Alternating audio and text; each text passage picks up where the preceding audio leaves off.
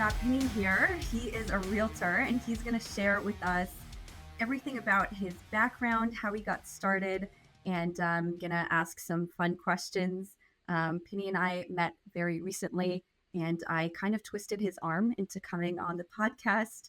And he's here, and I'm super excited to ask the questions. Thank you for joining, Pinny. Thank you for having me. Yeah, it's my pleasure. I think that, from our conversation, we spoke for a number of hours, first over the phone and then in person.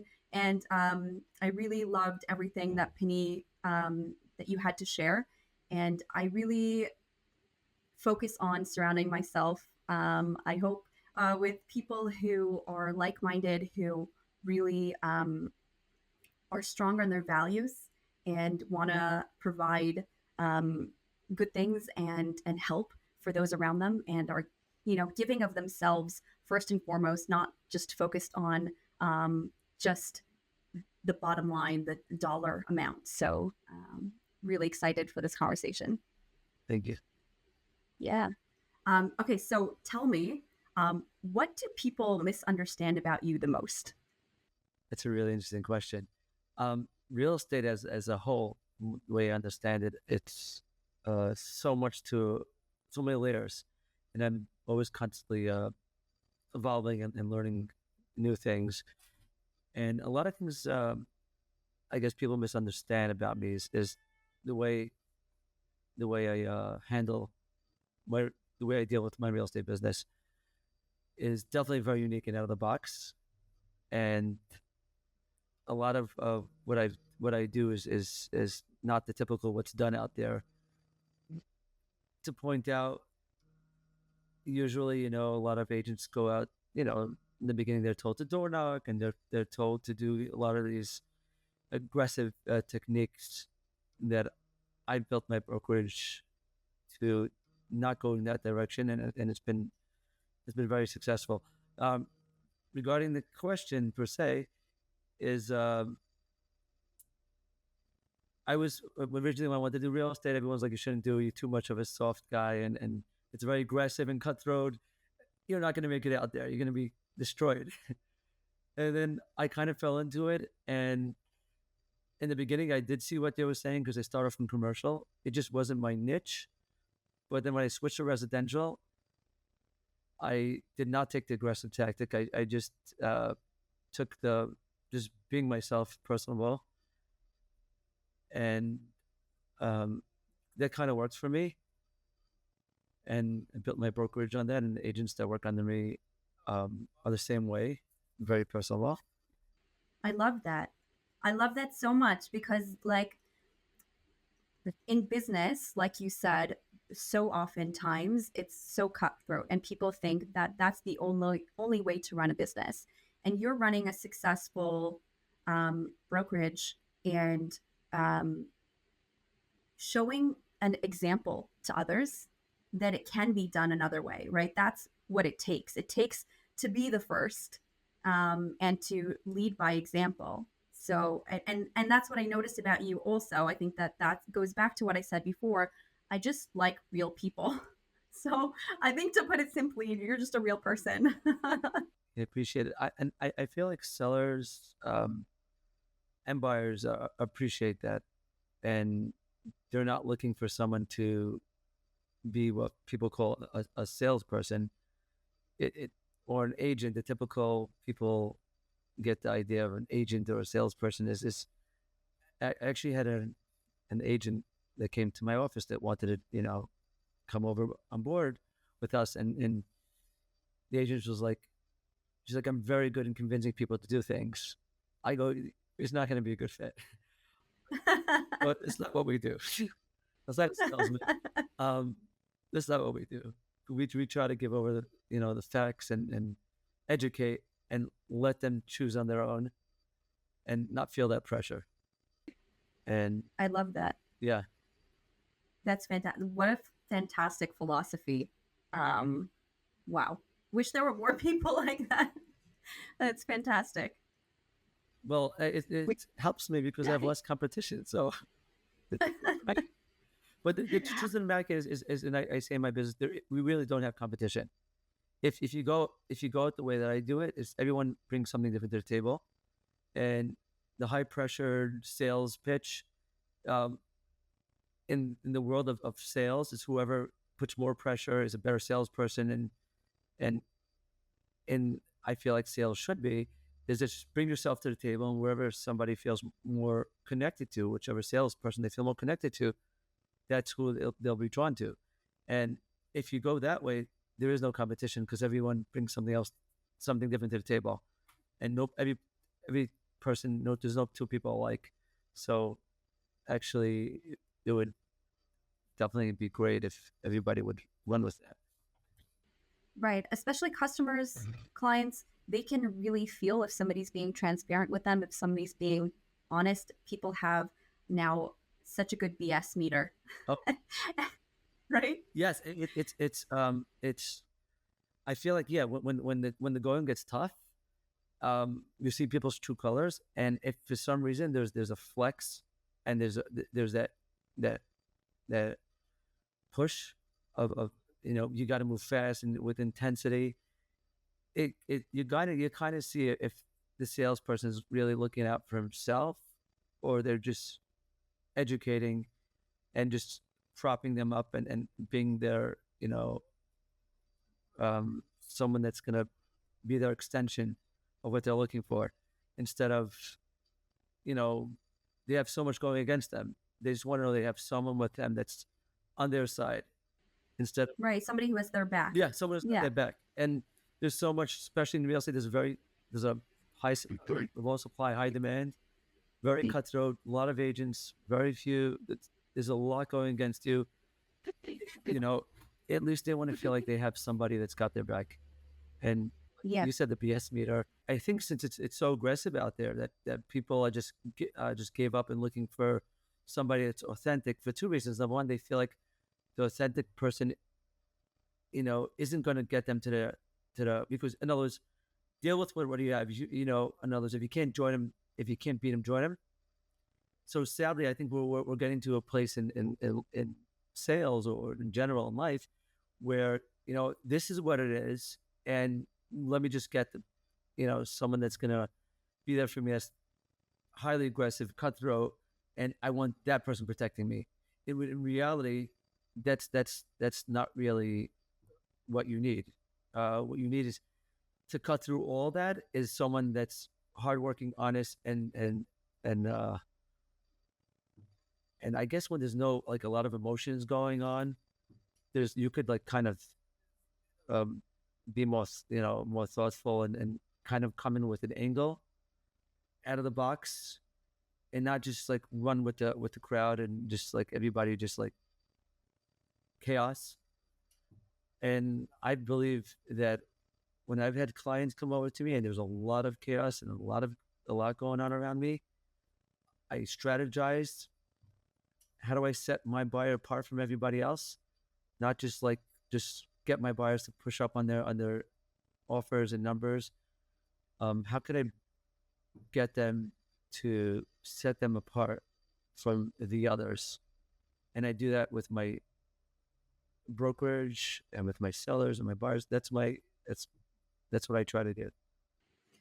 So, meaning like when there's not a lot of emotion and like high intensity feelings happening, then they have for lack of better words, like yeshuva dat, like complete clarity of mind to be able to make the best decision, to know what the next best step is, what the angle is that they need to run with in order to make things happen. So what I do is I know that's going to happen. So what I do in if I we follow patterns, and we know what happens when a house comes on the market.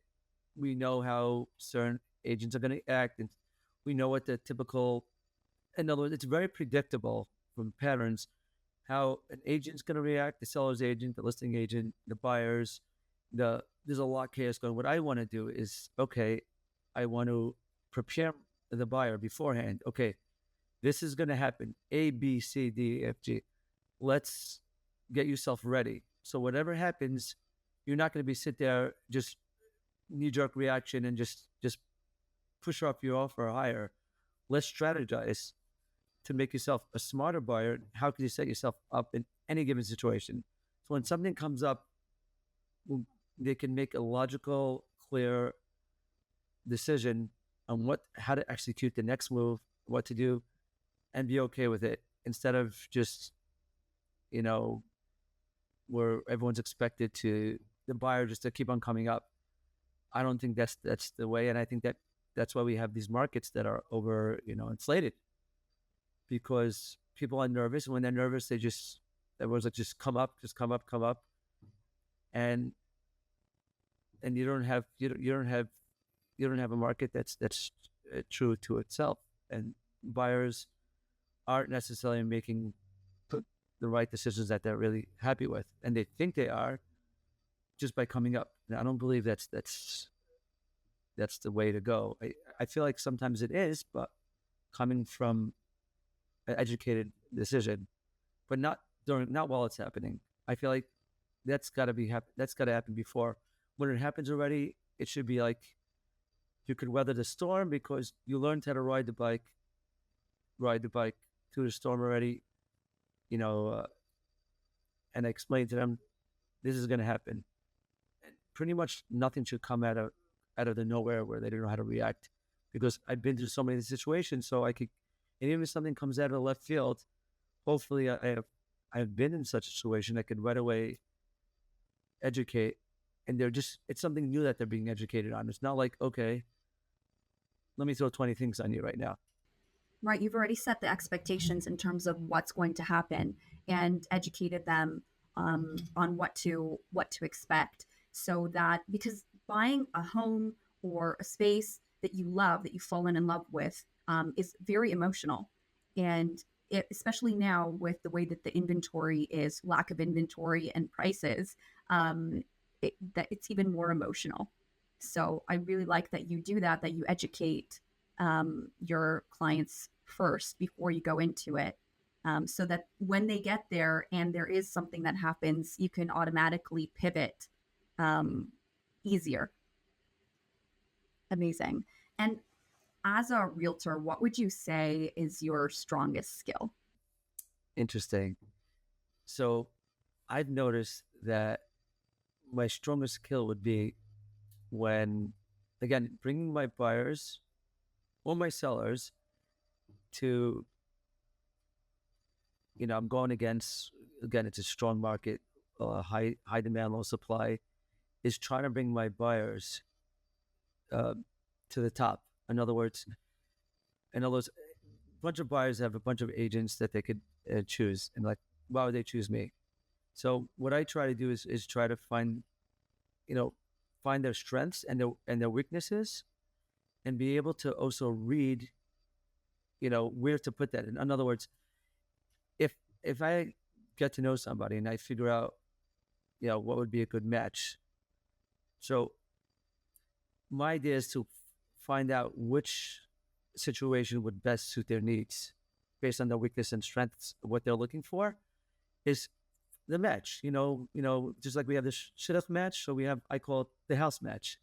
So I want to try to get it where I don't want somebody like going through 10 houses, 20 houses and feel drained. I want to get to understand the person so well that when there's houses out at the market, I could say, okay, let's focus, from what I understand about you, let's focus on this house. I think this is your strong point. Let's put our energy there. So they're not deflated. Their energy, they don't feel deflated because they've been going through so many houses. In other words, work smart, not hard. So I would say my strength is to really, sometimes people don't know themselves what they want. So I try to speed up their prices as fast as possible and show them, preview a couple of different houses and try to figure out their personality. Whereas to save them a lot of time, and, people are very busy and they don't want to keep on going to open houses and wasting their time. So I try to be as much as being on point what their needs are, and also practical in the outside, in the housing market, where they could fit their needs and where their needs could be, fit. That's what I feel like that's my strength. I feel like your hidden superpower is almost like people's psychology and understanding, understanding instead of being cutthroat, right? Like that's the normal model that most people run by. But I feel like the model you run by is people's psychology, and that is how you run point on everything that you do. I mean, they say you kind of like, even the dating process or anything, that looking for houses, you kind of figure out a lot about yourself, what you like, what you don't like. So if I come to someone, I'll say, what do you want? They really, from what they understand, only from the information that they have, they could tell you what they want. So what I'll try to do is I try to ask them for their, you know, their past, what schools they went to, what type of kids, where they came from, their all the different dynamics that they bring to the table. And then I would tell them, before we even, and they say, okay, I want to look at a house in this area. And they might think that their area, that areas would be okay with them. I'll say, wait a second, I could show you 5 houses in that area, and then you're going to go move there and you're going to figure out you don't like it. So I would say, why don't you go there, check it out, see if you know any friends that live there. And some people are like, you know what? I checked it out. I don't think that place makes sense for me. So I just saved that person so much time, and they figured out what they don't want. And by process of elimination, they also figure out more of what they do want. And I try to zone in on, again, what sets them apart from everybody else. I also ask people, instead of telling me what they do want, everybody wants the same, a lot of people have a similar list of what they want. So I ask the person, what are you able to put up with that you really rather not have? And that's what sets somebody apart from someone else.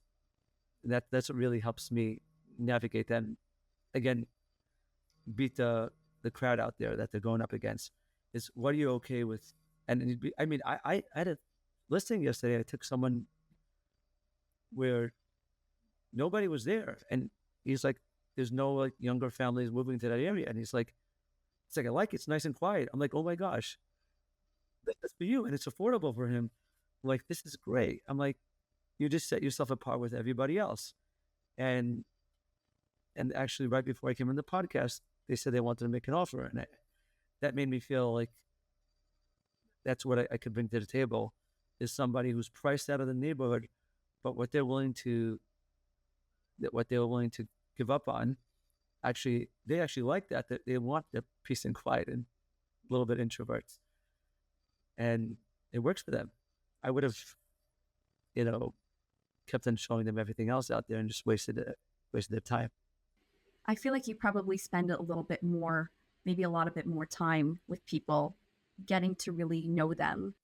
Oh, yes. I feel like, interesting enough, that if I spend more time listening and not just, just running around, with a chicken without a head, just listening and listening and listening, it's literally, the more time I spend listening and trying to connect and understanding, there's less time I'm going to be out there in the field with them, You're because putting time up front upfront, rather right? than, yeah. And it pays, it helps so much for everybody. There's never waste of time. And even if someone decides that it's not for them and they want to move to like out of state, that's great, because I helped them in their journey. And even if it wasn't with me, but I helped them on the process, and I saved them endless amount of time just showing them a bunch of houses, and it's very aggravated. And I'm happy to help, to be part of the journey. I don't have to be at the end when it has to close the house with them. I'm okay with just being the person that helped them on the journey. Wow. What a great mindset. I mean, I think that needs to be the title of this podcast. I mean, it's what a wonderful, wonderful mindset. Well, interesting. So I started off like that. I enjoy, helping people find their homes. What comes out of it is sometimes it's a home, sometimes it's like, it's not for us yet, but even sometimes they'll move. But interesting enough, I feel like I that itself leaves an impression on people, And if they have a friend that wants to sell or buy, interesting. That wasn't my idea, but it's interesting that just going through that direction, I get so many referrals. Oh, you just helped me out. You're so general with me, and nothing came out of it per se. Like house-wise, but it left an impression by me, and I want to, send it over to someone else. So my business has been, referral based, just by me just being my authentic self, which is great because they tell you if you enjoy what you work, if you enjoy what you do, you'll never work a day in your life, and that's how I feel. Right. Because you get to be around people, you get to the psychology aspect of things, you get to help them, and all of that amazing stuff. So can you tell me a little bit about how you got into this in the first place? Was there a specific turning point that inspired you? How did it all start for you? Interesting. I first was a teacher for 5 years, Rebbe, a Judaic teacher for 5 years, and my passion was to educate. It's interesting. I do the same thing pretty much, but I like to educate, and that it didn't really pay the bills, but I enjoyed it. So my next part, actually, I was going to go to social working school. I wanted to be a therapist. I like to connect people. I like to help. I come from a lot of different backgrounds. Grew up in different backgrounds, and I figured like I could understand a lot of people and relate to a lot of different people because I've been through so many different backgrounds. So in that sense, I could relate, and like to consider myself a deep uh, thinker and empathetic person, and I want to make a difference out there. Social working's, from what I understood, also takes time to build up to get your own private practice, and I needed to hit the ground running. So I didn't take that. Then I decided to do sales. Interesting enough, I tried jewelry. I tried so many different things, but I didn't enjoy it. I said, if I want to do something that I enjoy, and I was trying to sell product, but I brought it out, as a sales pitch, and they're like, there's nothing really intrinsic that I was able to bring to the table. This is what it is. These are our prices, and I feel like I wasn't using my strengths. And then, interesting enough, my friend kept on saying, do real estate. A bunch of people kept on echoing real estate. And I didn't do it for a couple of years because everyone's like, it's cutthroat, or everyone does it. And most people don't make it. And it's true. If you look at the numbers, it doesn't look good. How many people are successful in it? It's a lot of people. So I actually, it was a last man standing where I was like, you know what? I got nothing else. And I said, let me try it. I did try commercial, and very transactional, very transactional.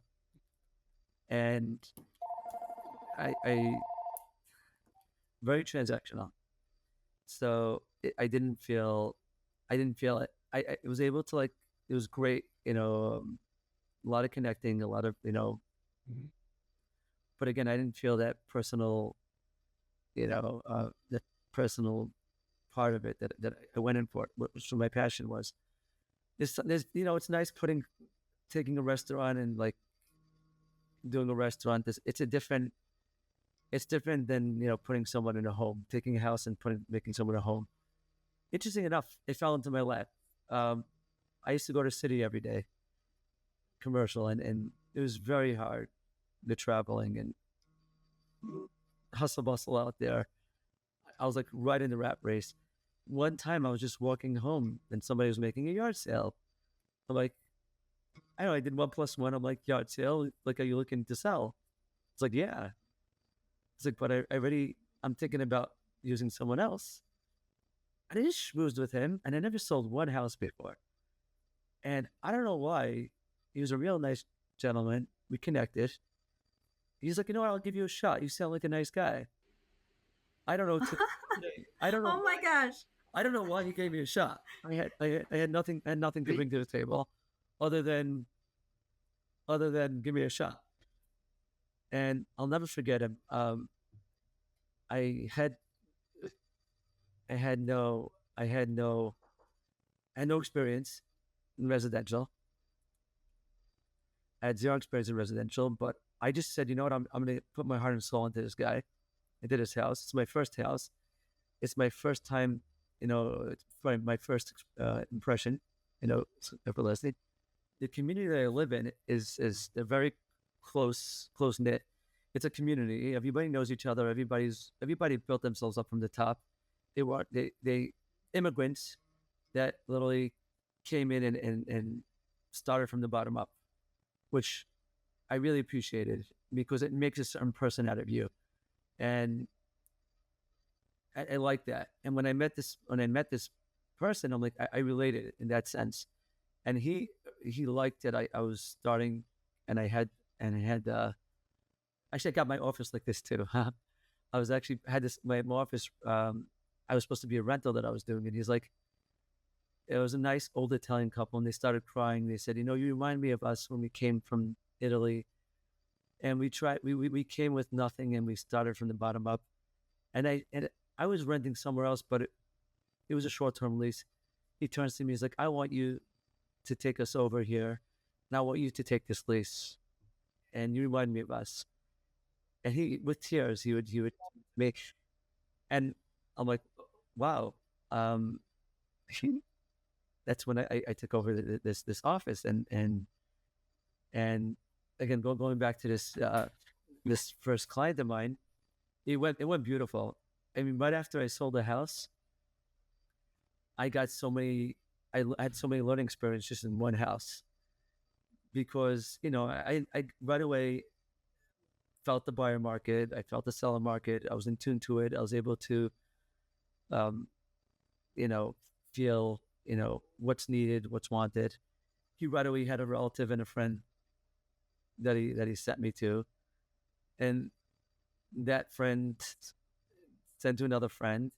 And I was really officially supposed to be working in the city. And I think that year I must have sold 12 houses, where the company I was working for turned to me. He's like, I want you to open a brokerage with my son-in-law. He's like, I've seen you come from the bottom, and you just like rose up so fast. And I like your ethic. I like your ethic, your work ethic. It's old school, old soul. I love that. And I want you to, it's interesting enough that I ended up creating my own brand, because again, like I said before, I didn't want to copy and paste. I like what I started building up, and I want this to be my brand. And even though he is a very large company, and it would have been great, I'm sure I would have been very successful, but I didn't want to sell my soul to what I believed in, and I wanted to keep my own mom and pop, the way, stay true to myself, and To who you are. to, Yeah. yes, and Yes. and I'm not, and I always get calls, from different brokerage, they're like, big names. I won't do it because I really enjoy what I do, and I feel like people really need that authenticity of, and I won't be able to do it on a large scale. Hmm. I I know, love that. yeah, which is hard, because it's hard to grow and keep it personal at the same time, because then sometimes you kind of like, it waters down what you really came out for. And I've seen that in a lot of different businesses and people in general, where they take more than they can handle, and something's got to give. So I'm trying to like balance the two, where I could still keep my signature, but also accommodate, the buyers and sellers, and keep my brand. And I love that you're instilling that into the people that work around you, because to some extent, even though it might not work at massive scale, that at least the people that are working with you can have some sort of impression from the way that you work with others, and operate on that level as well with authenticity. Right. I mean, the idea is I really never wanted to open up a brokerage. The reason why I opened up a brokerage is because I wanted to do my own thing. And then I had other agents that reached out to me and they wanted to be part of my brokerage, and that's definitely, again, one of the questions. Not my strengths is the whole techie stuff and management, and that's something I really have to start figuring out. Yeah, you definitely, like, we all have our wheelhouse, our genius, our zone of genius, and we need to lean on the strengths of other people that can do it better than we can. And if we're collaborators and we're able to bring people together and be at CEO level and have be the visionaries and have the foresight to know who needs to be brought on in order to make this the best venture possible. We don't need to do it all. We just need to surround ourselves with the people that are even smarter than we are. So what happened was I had, I wanted to get a secretary at one point, and someone was like, no, but it's Pinny I want to speak to. I'm like, could I just take a message? No, it's not important. I wanted to speak to him. I'm like, ah. So what I did was, is I said, I'm looking for an agent that has the same. What happens if someone calls me and they're asking to like look for a certain house in a certain neighborhood, and I want them to have an agent that's going to really take care of them the way I believe they should be taken care of. I would delegate. I would give some people, some brokers give buyer. As a brokerage, why am I coming to you? Besides what your brand recognition, what your brand stands for, they also want a seller lead or a buyer lead. So I do give my agents buyer leads. I say, you know what, I'm overextended. I have enough, I have a certain amount on my plate, and I want to be able to be there for them. I think you would be just like I take a buyer and I put them in a match with a house. I'll take a buyer and match it with an agent I think they would be most successful with connecting with. And even a seller sometimes that would call me, and I know that if I don't think I can handle it because I'm too overextended, I would either give it to one of my agents, delegate it to an agent that I feel like would be a great fit for that area / seller, or co-list it together with one of my agents. So that's what I'm trying to figure out. That's amazing. And I really love how the origin story of how you initially were thinking about going into psychology, and like how it just, I mean, that's literally what you're doing in real estate. You're doing real estate psychology. It's I guess when you're dealing with such the most, I think, one of the most important decisions in your life, where you're going to set your home, is you get to see all people's sides, the good, the bad, and the ugly. So I have to be ready for all three. And when I say ugly, I don't mean ugly as in bad. I mean as in sometimes it's just chaotic. Someone could be a very logical person, and they're like, I don't know, for some reason I became this. When it came to a house, It's stressful. Yeah. I'm like, okay, how do we bring that down a notch and bring it down that, it shouldn't be on you. That's my job, is to make it as least stressful as possible. And yes, and they're like, and that's pretty much what my job would be. What I try to do is bring it down a couple of notches and take, again, from the psychology, what's making you stressful, what's stressful about it. That's my job. You don't have to worry about that. I'll tell you where to go and what to do. The rest is God. And the only times they're stressful about it, I understand it, is we have to do the right, we say it's we have to have, in other words, they get stressful when people want to know that at least they're doing the right thing. In other words, they want to make sure they're doing the right thing. And afterwards, I could tell them, okay, like, I don't know what's typical. Am I supposed to do this? Am I supposed to do that? Should I be nervous? Should I call you 20 times? Should I outbid myself? I'm like, so if I tell them what's typically done and I have to figure out this specific agent, this specific house, actually, I feel like you should do A, B, and C. You have to trust the process. I got this. and all of a sudden you feel the energy comes down, then I feel like, okay, I did my job that day. Then I become, and everyone's different. Some people need, more here, more there, but I guess to figure out what exactly is bothering them. So, with that philosophy in mind, who would you say has had the biggest impact on that approach, and why do you think that is? So interesting enough, it shows you how like nothing is in vain, and you can learn from anything and everything in life. Everything's a learning experience. Even though I've lost so much, commissions and money and listings and buyers, and I try to like take out of it, what could I learn? Um, what could I learn from this interaction? What not to do next time or what I should have done. Interesting enough, my commercial, monetarily wise, I hardly like I hardly did any commercial sales when I was doing commercial.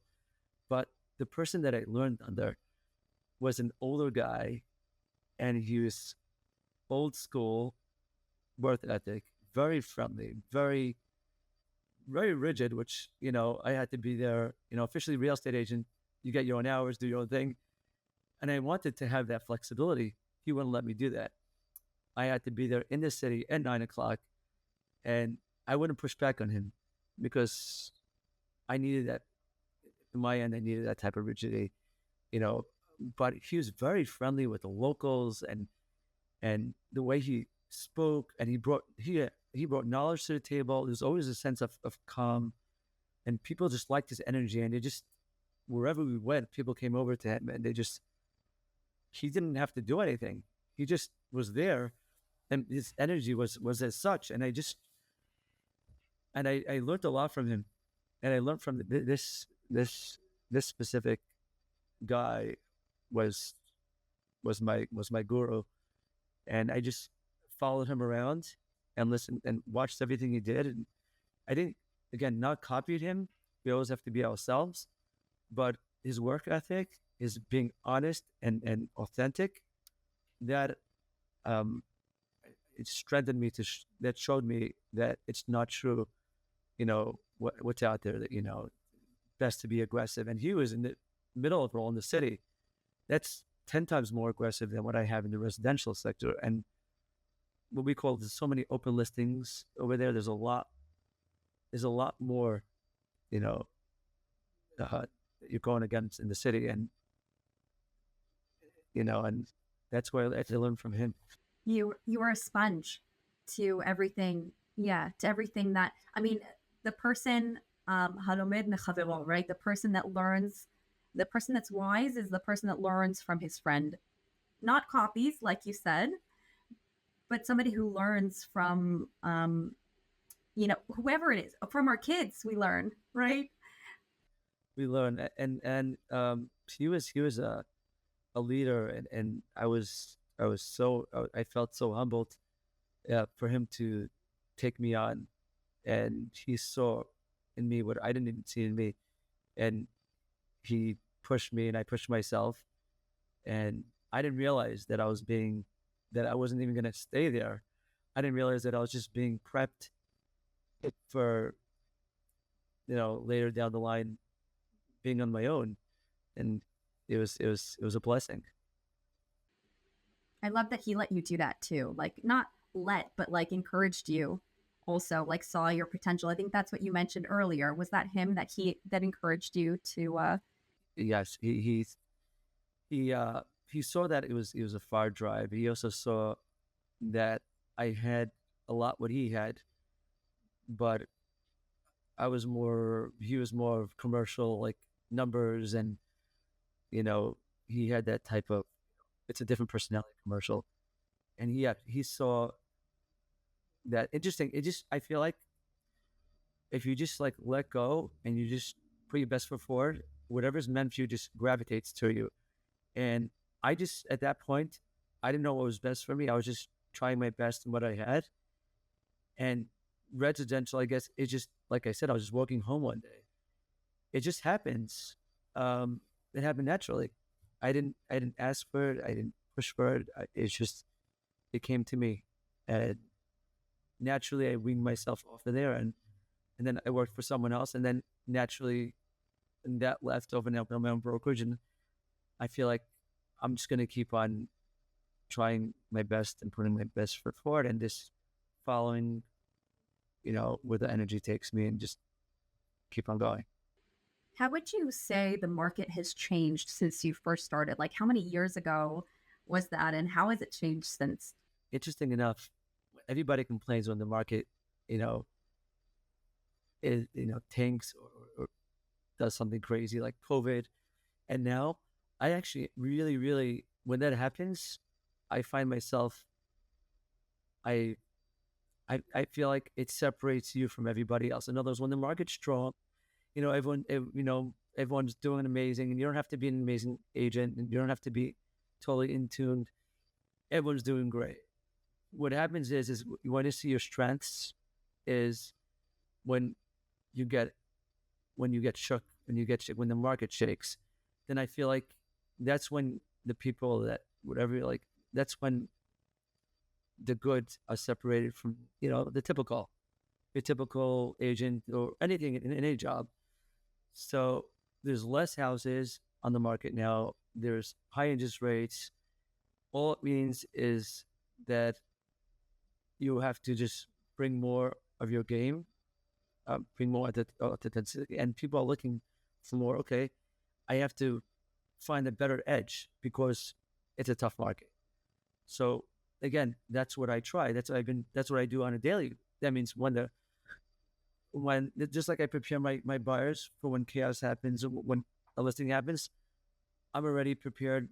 I work every day to my fullest extent within what I have. So that means even if the market goes haywire, I'm able to navigate. Okay, so how do I? There's definitely people are still selling, people are still buying, just less of both.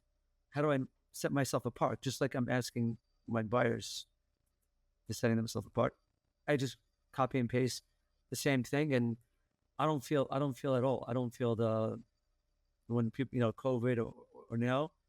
I'm working. I'm doing the same. I'm doing the same as I was before. I'm not affected to it, and I my buyers I don't think are affected as well because I I'm used to it. So, how do you stay up to date on what's happening and to navigate? Like, to some extent, obviously, prices are a lot higher now, and there's a lot less inventory. But in terms of what's happening in the market, how do you stay up to date? And what trends are you observing in the market right now? Interesting. What I don't do is I don't look at anything on everybody else out there that's telling everyone what they think's happening and trends. I believe that there's so much fluff out there, and there's so many again salespeople that I feel like the only way to really know what's happening trend wise is to literally be involved, embedded in the market, and being in tune to it, in tune to the buyers, in tune to the sellers, and I kind of feel like one with the market, and I could feel where the market's holding. Whereas if I just looked at trends, they're so off. Like it's like the weather. You're like, it's so hard to get it right. And I feel like whoever's giving the trends, I said if they really knew what's going to happen in the stock market and the real estate market, they wouldn't be out there telling everybody what they think the trends are. They would really be investing. They would be investing if they really they felt that's the trend. They wouldn't be telling everybody. I believe this is a trend. I really believe that there's a lot of they're the ones that creating this false narrative all the time because there's a lot of knows where is the market really holding and where is what we call there's a lot of fluff out there. Again, this fake sales. A lot of people it's all powered with emotions um and Creating fear. creating fear based and when it comes down to it, when all fluff is gone, where is the market holding? That's what I want to feel. Where exactly is the market holding? Not, and I try not to listen, and I don't want to hear it because I know they're all coming with a direction where they're just following where the fear is and trying to. And what happens is at one point, the market's going to reset, and it falls, and it comes down. It doesn't come down where it should be. Usually goes lower because it has to reset, and then it balances off. It balances off. It balances at one point. That we know. That's a trend that we know. We know that it goes very high and it goes very low, and then it levels, and then it goes higher again. So my idea is trying to keep on where's the baseline, the true baseline, and stick to that. And that I can only understand is with being really in tune to it and being involved with it, one, and not listening to all the noise around me, but also being practical that, like I said, a lot of people fall into where there is a lot of noise around, and that does it does affect the market in a real way. We have to be in tune to the reality that all this other, buzz and fear base does affect the market. So I have to be in tune to that as well, not just be like, okay, but that's not the real market. No, no. Practically right now, it is the real market. The question is, how high, how long is that going to go? Be in tune to the reality of what everyone else is causing.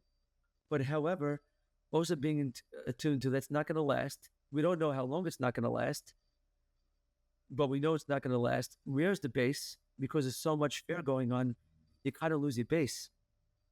As much as I want to be in tune to the base, you kind of lose the base because we're always going very high, going very low, and the flat line, we lose the flat line.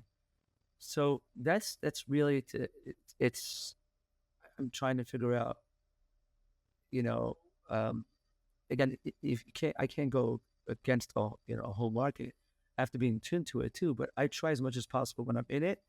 Is I don't want my own buyers to buy into this fear based of the market and overpay, but I also want them to be practical, and that's the fine line that I have to bring to the table. Is how do I be practical that I don't overpay, but also at the other end, um, uh, being tuned to the market. So where do you think we are on the curve? Do you think that it's already peaked and it's coming down now? Oh wow. The problem is that again, it's politics. What we're coming into, you know, it, it's falling into policy. They don't want it. We don't want to. They don't want to crash. There have been corrections, but I would love to say I know. It's just I tell people I don't know. What I do know when I tell buyers is whatever it is, definitely buy because either it's going to go up, keep on going up and refinance, or it's going to stay the same, and you're not rental, just paying your rental and throwing money in the garbage, or it's going to go down, which you can refi. And even if it goes down, the prices are going to go up. And we don't know what's going to happen. The truth is, we don't know how long the curve is going to be. So my way, I tell people just buy again, but be an educated buyer. Doesn't mean, just go with the craziness. Buy, but with being very practical and cautious, and just understand that, we went from 3 to 7 within such a short amount of time, and now we're like coming down a little bit. It's just so unstable. It's so unstable. But we do know rents went up. So yes, interest rates went up, but rents also went up because the lack of supply and demand. Especially in the Jewish area, rentals are very, very expensive. Everything is very expensive. Anywhere we have supply and demand. So if we have less houses on the market, it means rentals are more in demand. So if rentals are more in demand, guess what? The mortgage rate that went up makes sense because I'm paying more rent. So it still makes sense to buy. I really don't like people throwing money in the garbage and renting. That's a lose-lose situation. The idea of waiting for interest rates to go down is, I don't believe that's the way to go. Right. Except that a lot of the mortgages now are cost more than renting in many of the markets, correct? Correct. But the problem is, yes, it does ratio wise. It does. Even though rentals have gone up, it didn't. It's still the ratio wise. wasn't as the gap wasn't as big as it is now. It still costs more to correct it doesn't make sense. But I tell people, you're getting equity in your house. Let's say you have a year where you paid a little more in the house as regard to renting. They have equity in the house, and hopefully house prices are still going up. So in the bigger scheme, in the day to day, you're right. But in the bigger picture, and I've seen it still makes sense to buy, even if interest rates don't go up, because the answer can't be just keep on renting um, and hoping for the interest rates to go down. I don't believe that's the way to go. Mm. So, can you tell us a little bit, like in your experience, what are some common challenges that realtors face, um, and how do you overcome them? How do you navigate? Oh wow, realtors. Okay, a big um, challenge that I noticed personally is that buyers don't understand what realtors bring to the table, and sellers. A lot of sellers like, what do I need you? I could just put a house. It's such a, especially now there's low supply, high demand, even more so. I don't need an agent. I'll put it for sale by owner's sign. And what do I need you for? Agents themselves. I could just I could go to Zillow. What do you bring to the table? And that's a lot of, again, that's me educating, but there's a lot of false pretexts that agents are overpaid for doing. They're very overpaid for bringing almost nothing to the table. And we bring a lot, way more than even the people that do realize to the table for buyers and sellers. And again, that's educating my buyers. And they're right. If I'm spending my time trusting you for the most expensive person in my house, what do you bring to the table? Sellers as well. What's stopping me from putting for sale by owner sign, putting on Zillow, making my own open houses? Why am I paying you X amount of dollars, something I can do it myself? And the answer is most agents, a lot of agents, and they really can't answer that question. They really can't because and I understand where the sellers are coming from because it's so easy to be an agent.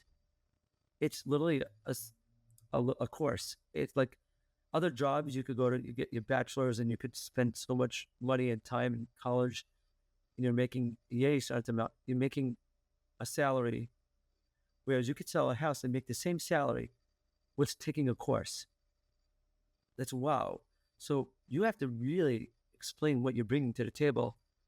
That for someone to pay you that amount of money, and if someone can't explain what they bring to the table, then I understand why the seller would say, in general, I don't see why I have to use an agent.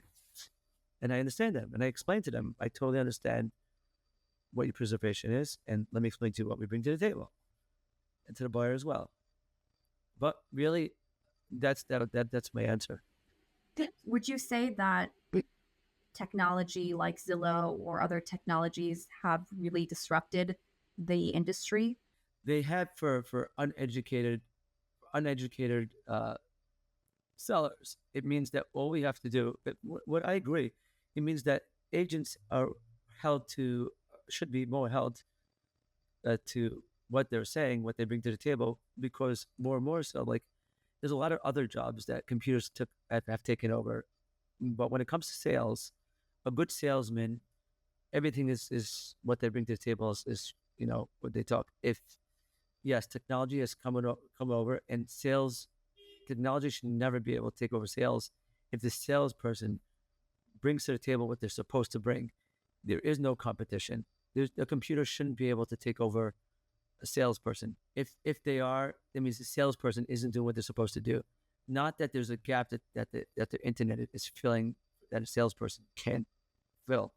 It's just it's supposed to be a tool that an agent.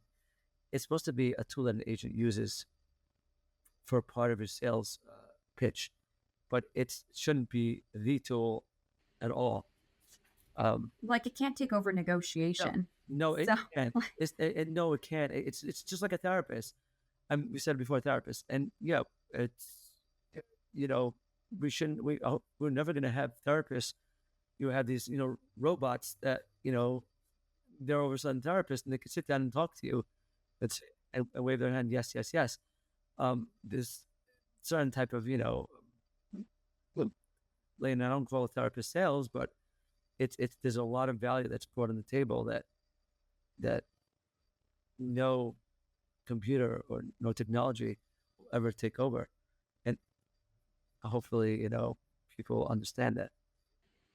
What would you say would be some effective negotiation techniques that you found successful in terms of real estate? I know that you mentioned the personable thing, but is there anything specific? Interesting, yeah. I feel like, well, depends on. Sometimes I have a seller that's yes, they want top dollar, but they want to make sure the house is given over to someone that appreciates and gives over the energy, someone that appreciates their house for what it was. And interesting enough, I had somebody that was selling their house, and they were almost in tears because I brought them a couple with a little dog, and they brought their in-laws, and he started tearing up my sellers. I'm like, what's the matter? He's like, I want these people. I'm like, why? He's like, it reminded me when I bought my house. We had a little puppy, and we were starting off, and my parents and in-laws, they came to help us as a family to chip in. And it reminds me, and it struck a chord. And that was one of the first houses I sold. And it brought to my table for the future that I realized it's not always about the money. Yes, money is a lot of it. And people want to give their home over to someone that they feel comfortable. That's just on an emotional level. On the practical level, the monetary level, is I try to make we say in a lot of time real estate, highest and best offer. So it's not always the highest. Sellers want to feel, they want to go to sleep at night knowing that this house will close. And so we call it best, highest and best. Best means best terms. So I try to make my buyers as strong as possible in so many different ways that when other buyers come to the table, they can say, why should I choose your buyer over someone else's buyer? I would say, well, because my buyer has X, Y, and Z. And obviously the mortgage broker they use, and I'm behind them. I'm a broker, have a certain amount of, years and certain amount behind me. And I personally vouch for them. And I'm using somebody, I try to keep a lot of things in-house where people want to feel everything's moving smoothly. Well, I'll try to get a lawyer from my buyer that knows the seller's attorney, they feel comfortable with. I'm like, I know you have a lawyer you're related to, whatever. What could I do to make this process easy for you as a seller, that everyone's on the same page? And whatever that may be. Sometimes the seller needs more time post-possession after he sells to someone else. For instance, I said, besides money, what can I bring to the table that makes you feel more relaxed and secure besides money? I asked the seller instead of money-wise. And I tell people emotions translates into money sometimes. So if two people are giving similar offers, I'm saying, what makes you feel more comfortable? Well, if they buy contents in my house, I'm like, great. They feel like, oh my gosh, you're using my mom's table. They love your mom's table. They want to buy the contents. And that person makes them feel happy. Another person makes them feel happy is they'll say, I want, more time, to live in my house afterwards. It's not about the money. Another person, everyone's got different emotional needs that make them happy. So by understanding people better, you're able to then give them something that money cannot buy. Correct. Yes. And they're not ready for that. I have a seller, and usually it's like, okay, what's the most? And they move on. It can be a 2-minute conversation. I bring the buyer, make a couple open houses. I have people, they say, well, I had an agent, he sold my house in 3 days. I feel that's great. And that's, I think any agent that would have had that house, that would have put it on MLS on the market for that price, would have done the same. That doesn't set one person apart or one agent apart. And that's what I understand, that a computer could take over, and they don't need an agent for that. They could have put it for sale by owner, made it open house, and got the highest and best. Yes, there's negotiations that's happened back and forth, but that's just a piece of the puzzle. But that doesn't bring the total value of an agent. That brings a percentage, but not the whole percentage. What I feel is sitting down and giving them the time. Yes, I'll take less listings because it takes more time, but I want to understand what exactly do you want on the table besides uh, highest, the most money. And I want the price again. It's about the process. And it was besides I got the most money for my house. I enjoy the process of selling the house because it's closure. I know when somebody passes and is in a state, I've noticed that some people like going to they go through albums while they're taking everything out because time it's part of the grieving process. It's part of the process. So when somebody leaves their house of 35, 40 years, they don't want to just some people, okay, it's less emotional and it's okay. I'm not like that. I'm like, okay, I just want to know what you're like. Someone else like, um, you know, I for me, part of the grieving process and part of leaving my house, going from here to Florida, it's after doing something for 35 years, I need more, I need A, B, and C. And sometimes they don't know, and I figure it out with them together. I'm like, well, I didn't realize, this helps me. And sometimes somebody gives me a high price and it's like, I want to sell my house. I'm like, you don't really want to sell your house because you're not ready to, because you can depart with it. That's why you want a higher number. And it's going to self-sabotage. No one's going to offer it. He's like, you're right. So I said, how about let's wait a year. Sit in your house more. I think you need time. It's all about timing. And when you're really ready, call me up instead of, having this crazy high price. Because in a year when you're going to be ready, you're going to look like a seller that's not serious because you had some crazy high number before. Really, you were self-sabotaging. You didn't feel good enough. Again, that might not be the reason, but we talk about it. And I feel like I could be an agent and say yes and take the listing now and waste my time, your time. And then it's okay. You're like, I don't have to sell it anyways now. Or we could just, and they'd be like, you know what? I just got a phone call yesterday. Someone called me after 6 years and I didn't pressure them. They're like, I like you because you don't pressurize. And I'm calling you because I promised I'll call you when I'm ready. It was 6 years. Wow. You Wow. left an impression. And I know that 20 people probably knocked on their doors, a million phone calls, that a bunch of ads that came in the door. And I have zero competition because, again, even if they would choose someone else, it's because they felt more comfortable with someone else. That's great. But I already showed myself. They saw who I was. They saw what I brought to the table. And even if someone else came and they felt comfortable with someone else, that's okay because that wasn't meant for me. And I stayed true and I was my authentic self. And that was great. Wow. So many golden nuggets. What would you say is the most important lesson that you've learned throughout your career and all of this? Uh, I think just be in anything sales, just be your authentic self and really give it your all and go above and beyond. And whatever you think you tried your hardest, try a little more because that's what's noticed by buyers or sellers or anything in sales is the person that goes above and beyond. Even if my seller or buyer wouldn't even notice it, but I know it, and I've seen it always come across in different ways. Anyways, that's what I'd say. Amazing. Is there one question that you wish I would have asked you? That's a great question. Everybody gets stuck on this one. Yes. It's like, no, we spoke about everything there is under the sun.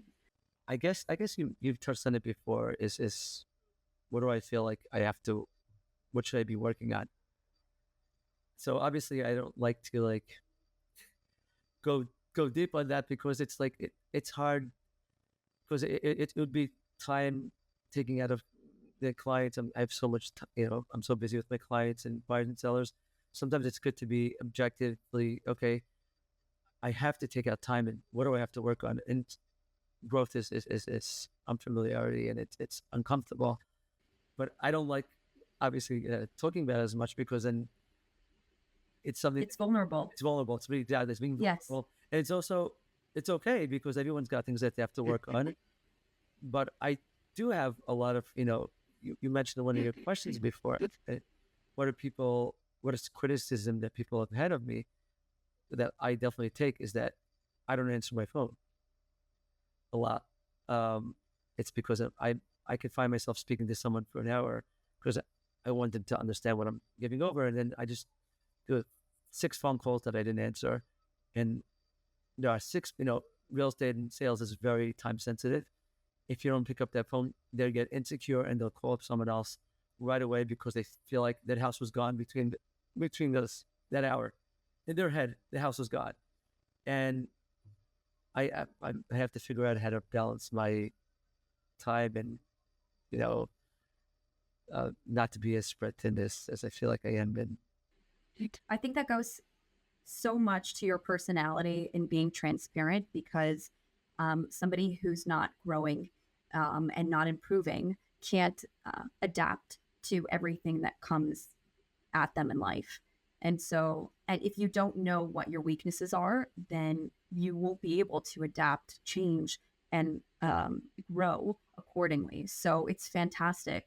I love that you shared that. I really appreciate that vulnerability to share with our audience because more people, I believe more people need to be transparent, to be vulnerable, to say, hey, I don't know this, or this is where I'm struggling at, or this is, I might not answer the phone, but it's because I am giving somebody the attention that they need in order to sell the house. And I will do the same for you.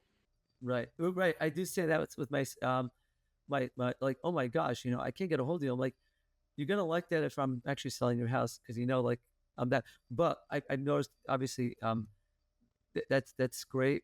But at the end of the day, there's got to be some type of communication, like maybe a quick text. I'll get back to you within the hour, or there's some type of.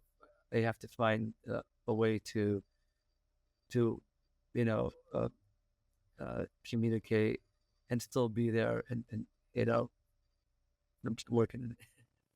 Amazing. So can you give us some from our conversation, just 3 key takeaways or tips regarding real estate?